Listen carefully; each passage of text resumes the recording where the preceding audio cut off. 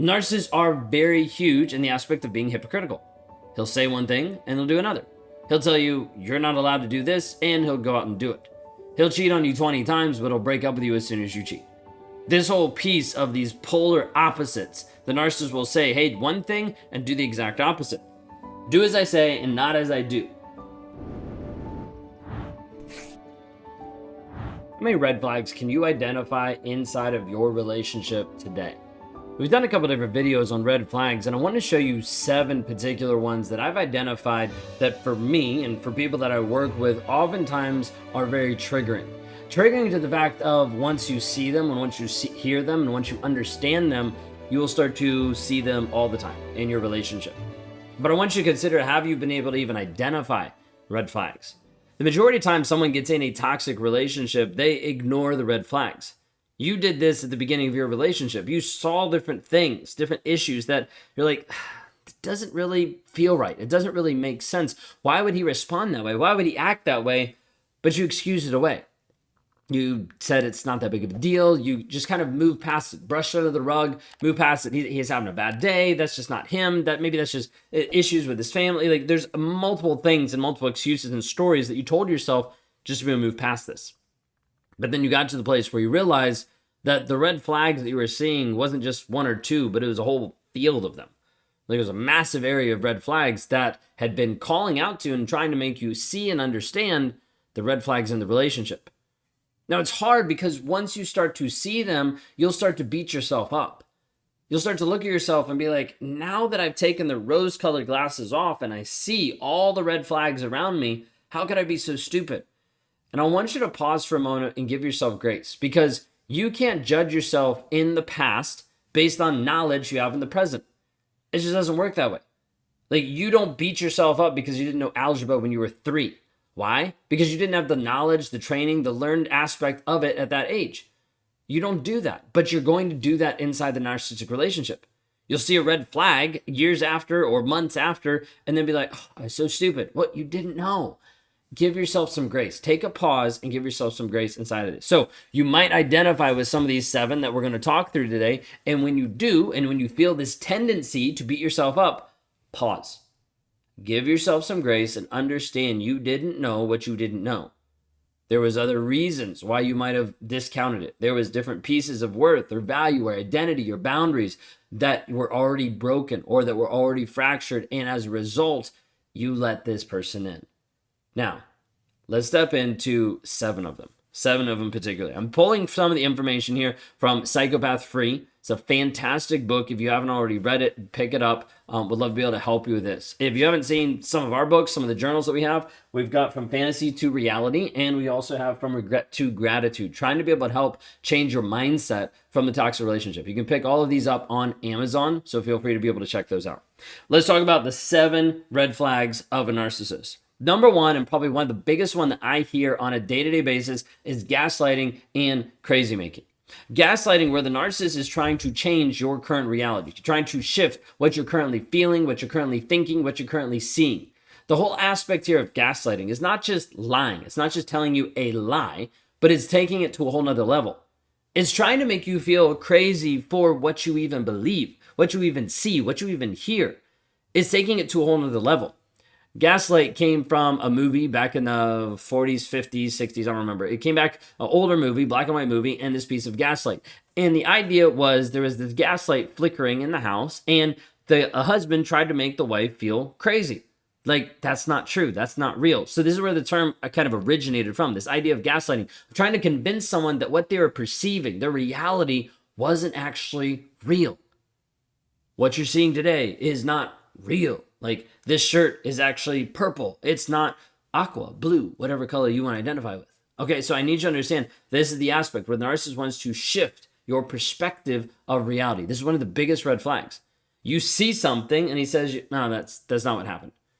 You see something pop up on his phone and he gaslights you into believe that you didn't see it, that it wasn't actually there. And you go to look at his phone and it's not there because he's already deleted it.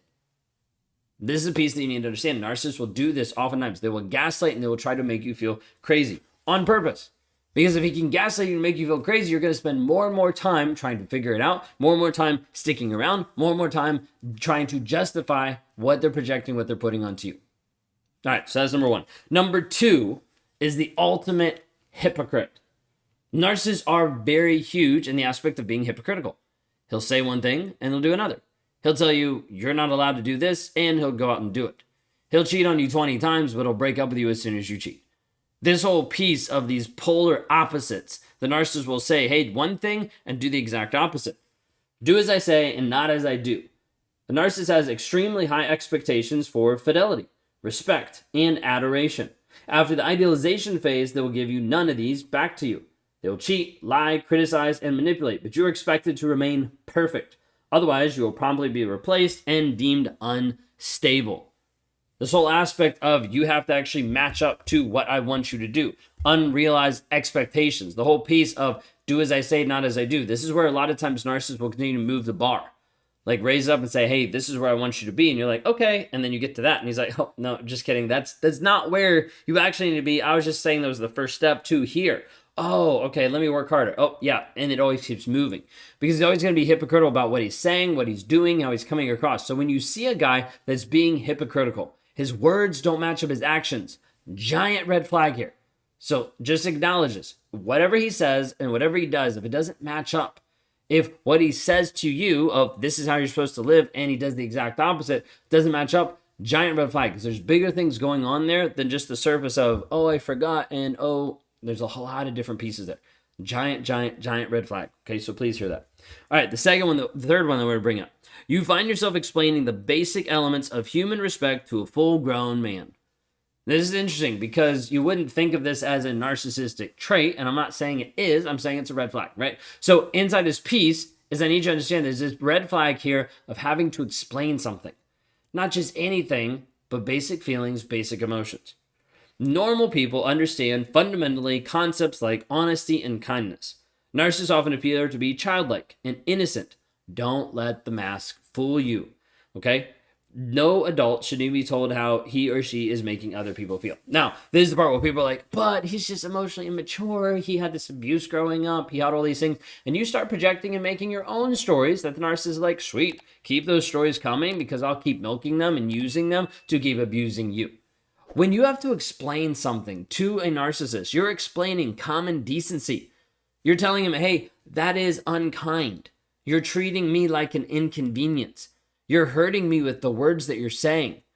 Some of these phrases are what I'd say to my 4-year-old, trying to help her understand what is actually going on. I have to explain certain things because I'm learning how to train and teach her up in the way of honesty, of morals, of integrity, all these different pieces. But you're going to find yourself doing this to a grown adult, to someone that you realize I'm trying to train him on his feelings, on his emotions.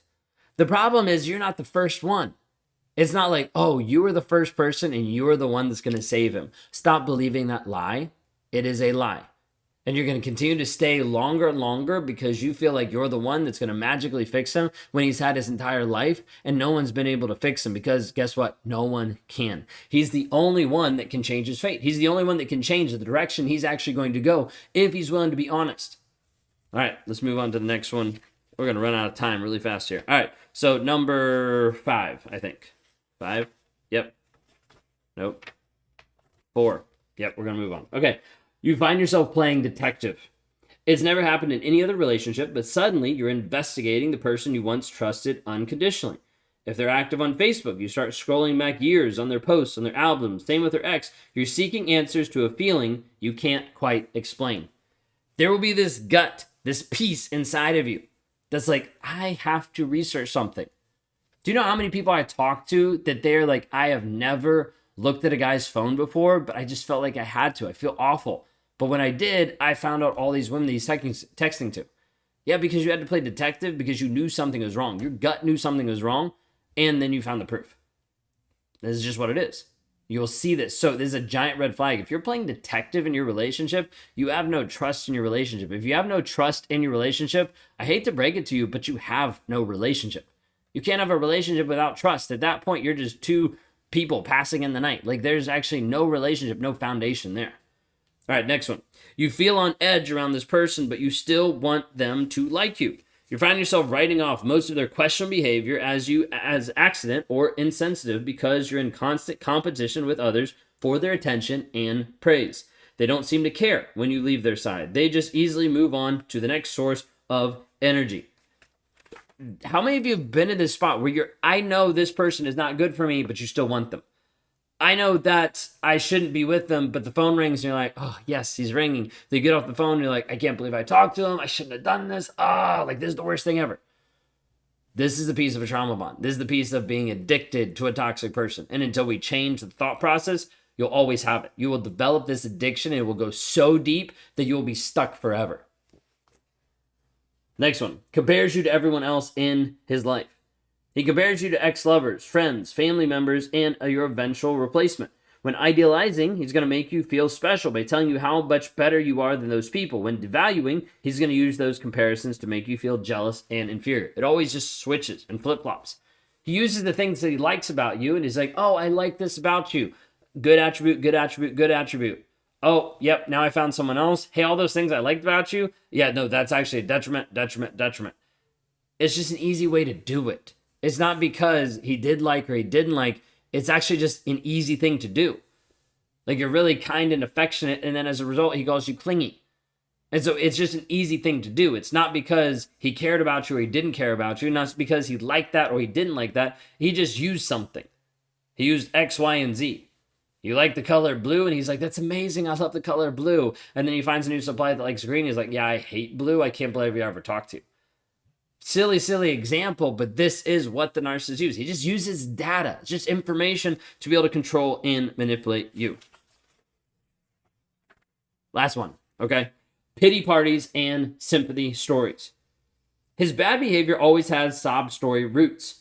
He claims to behave this way because of an abusive ex, an abusive parent, or an abusive cat. They say that all they ever wanted is some peace and quiet, that they hate the drama, and yet there's more drama surrounding them than anyone else they've ever known.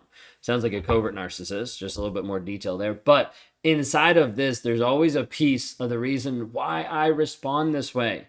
I hit you because this is how I grew up. This is how I knew discipline. This is how my parents raised me. I lie because I have to protect myself, because I'm afraid, because I'm scared. And all those things might have some roots. But at the same time, they don't justify him doing it. That's the piece that you need to understand, and that you need to probably wake up and realize there's no justification for abuse. There might be reasons of why it stems or where it stems from, but that doesn't justify it happening. I can give you countless stories of people that were abused in childhood, but they're not abusive now because they've worked on their own healing. He hasn't worked on his own healing, and he's not willing to work on his own healing. It's part of the reason why you're still watching.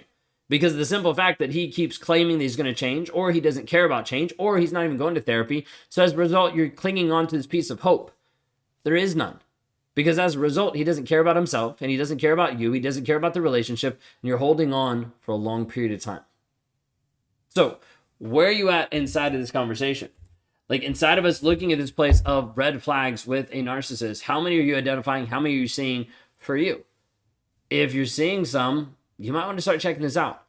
If you're a woman that's trapped in a toxic relationship looking for freedom, then go to rawmotivationscoaching.com today to be able to hear from other women who have been liberated, who've gone through the process to be freed, mentally and emotionally, and are moving from survivors to thrivers in their lives today.